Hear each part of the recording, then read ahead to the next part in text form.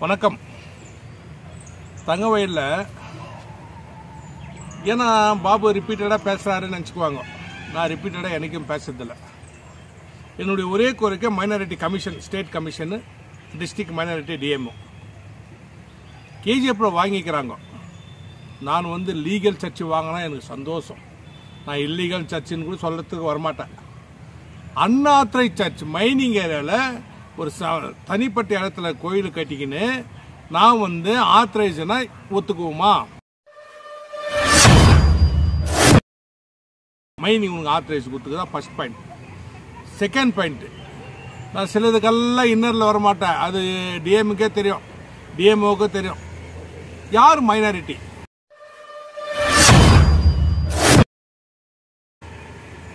மைனாரிட்டின்றங்க யாரு? ஏன்னா ஒரு குர்ச்சேடிக்கு ஒரு சாப்பல் அதுக்குள்ளவா 40 லட்சம் ஒன்று. இது எந்த விதத்தில் நியாயம்? வாங்கிக்கிறவங்கெல்லாம் கிட்டத்தட்ட எல்லாமே இல்லீகலாக வாங்கிட்டு எனக்கு சிஎம் தெரியும், எனக்கு சோசியல் வெல்ஃபேர் டிபார்ட்மெண்ட் மினிஸ்டர் தெரியும்னு சொன்னால் இது எந்த விதத்தில் நியாயம்? சரி, 2 பேருக்கிட்டே போகலாம். நீங்களும் போகலாம், நானும் போகலாம்.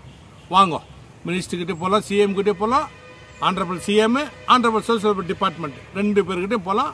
ஆனரபிள் லோகாயுக்தா இங்கே 3 பேருக்கிட்டே போகலாம். வாங்க, 3 ரெக்கார்டு எடுத்துங்க. ரெக்கார்டு எடுத்துக்கிட்டு நானும் என்கிட்ட ரெக்கார்டு எடுத்துக்கிறேன். 3 பேரும் போய் ಉಕಾರலாம். ಸರ್, ಯಾವ ರೀತಿಯಲ್ಲಿ ನ್ಯಾಯ ಇದೆ? ಮೈನಿಂಗ್ ಏರಿಯಾದಲ್ಲಿ ಅನ್ಆಥರೈಸ್ಡ್ ಕಟ್ಬಿಟ್ಟು ಇವರು ಮೈನಾರಿಟಿ ಕಮಿಷನ್ ಲೋನ್ ತಗೊಂಡಿದ್ದಾರೆ.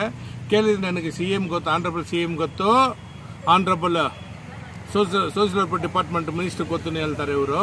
ಇಲ್ಲಿ ಪಾಪ ಡಿಎಂಒ, ಅಲ್ಲಿ ಸ್ಟೇಟ್ ಕಮಿಷನರ್, ಇವ್ರಿಗೆಲ್ಲ ತುಂಬಾ ಫ್ಯೂಜ್, ತುಂಬಾ ದೊಡ್ಡ ಸ್ಕ್ಯಾಮ್ ಆಗಿದೆ.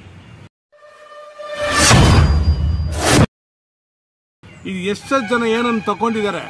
ನೆಕ್ಸ್ಟ್ ಲಿಸ್ಟ್ ಅಲ್ಲಿ ಒಂದು RTI ಹಾಕಿ, ಇದೆ ಡಿಎಂಒ ಆಫೀಸ್ಗೆ RTI ಹಾಕಿ, ಯಾರ್ಯಾರಿಗೆ ಏನನ್ನು ರೆಕಾರ್ಡ್ ಮಾಡಿ ಲೋನ್ ಕೊಟ್ಟಿದ್ರೆ 101% ಕೇಳ್ತೀವಿ. ಡಿಎಂಒ ಕೇಳ್ತೀವಿ. ಯಾಕಂದ್ರೆ ಇಷ್ಟು ದೊಡ್ಡ ರೀತಿಯಲ್ಲಿ ಸ್ಕ್ಯಾಮ್ ಆಗಿದೆ.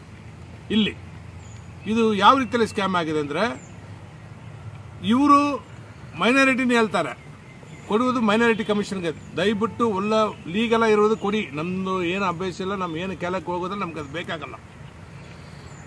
ನಾವು ಇನ್ನೊಬ್ರು ಇಲ್ಲೀಗಲ್ ಕೂಡ ಹೇಳುವುದಿಲ್ಲ. ಅನ್ಆಥರೈಸ್ ಅಲ್ಲಿ ಹೆಂಗೆ ಇವ್ರು ಲೋನ್ ತಗೊಂಡಿದ್ದಾರೆ ಒಂದೇ ಪಾಯಿಂಟ್.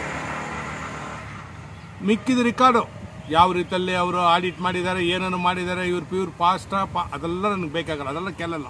ಅದು ನೀವು ಕೇಳಬೇಕು. ನೀವು ಲೋನ್ ಕೊಟ್ಟಿದ್ರೆ ನಿಮ್ಮ ಹತ್ರ ಅಗ್ರಿಮೆಂಟ್ ಮಾಡ್ತಾರಲ್ಲ, ಅದರಲ್ಲಿ ನಿಮ್ಮ ರಿಕಾರ್ಡ್ ನಾವು ನಿಮ್ಗೆ RTI ಹಾಕ್ತೀವಿ. ನಿಮ್ಗೆ RTI ಹಾಕಿ ರಿಕಾರ್ಡ್ ತಗೊಳ್ತೀವಿ. ತಗೊಂಡ್ರ ಮೇಲೆ ನಿಮ್ಮ ಹತ್ರ ಯಾವ ಬೇಸ್ ಮೇಲೆ ಇವ್ರು ಕೊಟ್ಟಿದ್ದೀರಾ. ಏನು ಚಿಕ್ಕದಕ್ಕೆಲ್ಲ ಲೋನ್ ಕೊಟ್ಬಿಟ್ಟು ಇವ್ರು ಕೇಳಿದ್ರೆ ನಾನು ದೊಡ್ಡ ವ್ಯಕ್ತಿಗೆ ಗೊತ್ತಿನಿ ಹೇಳ್ತಾರೆ. ಡಿಎಂ ಅವರೇ, ನಾನು ನಿಮ್ಗೆ RTI ಹಾಕ್ತೀನಿ ಶಾರ್ಟ್ಲಿ. RTI ಹಾಕಿ KGF ಅಲ್ಲಿ ಎಷ್ಟು ಜನಕ್ಕೆ ಯಾವ ರಿಕಾರ್ಡ್ ಮೇಲೆ ಲೋನ್ ಕೊಟ್ಟಿದ್ರೆ ನೀವು ಕೊಡಲೇಬೇಕದು. ದಯವಿಟ್ಟು ಅರ್ಥ ಮಾಡ್ಕೊಳ್ಳಿ. ಇವರೆಲ್ಲ ನಿಮ್ಮ ಹತ್ರ ತಗೊಂಡಿರೋಲ್ಲ ಪ್ಯೂರ್ ಮಿಸ್ಯೂಸ್ ಮಾಡಿ, ಗೌರ್ಮೆಂಟ್ ದೊಡ್ಡ ಸ್ಕ್ಯಾಮ್ ಮಾಡಿ ತಗೊಂಡಿದ್ದಾರೆ. ಇದ್ರ ಬಗ್ಗೆ ಲೋಕಾಯುಕ್ತಕ್ಕೆ ಹೋಗ್ತೀನಿ, ಇದ್ರ ಬಗ್ಗೆ ಆನರಬಲ್ ಸಿಎಂಗೆ ಹೋಗ್ತೀನಿ, ಆನರಬಲ್ ಸೋಷಿಯಲ್ ಡಿಪಾರ್ಟ್ಮೆಂಟ್ ಅವ್ರು ನಿಮ್ಮ ಹತ್ರ ಹೇಳ್ತಾರೆ ನೋಡಿ. ಕೆಲವರು ನನಗೆ ಮಿನಿಸ್ಟರ್ ಗೊತ್ತು, ಅವ್ರಿಗೆ ಗೊತ್ತು. ಓಕೆ, ಯಾರು ಹೇಳ್ತಾರೆ ಅವ್ರು ಜೊತೆಗೆ ಕರ್ಸ್ಕೊಳ್ಳಿ, ಡೈರೆಕ್ಟ್ ಹೋಗ್ಬಿಟ್ಟು ಕೂತ್ಕೊಳ್ಳೋಣ. ಜೈ ಹಿಂದ್, ಜೈ ಕರ್ನಾಟಕ.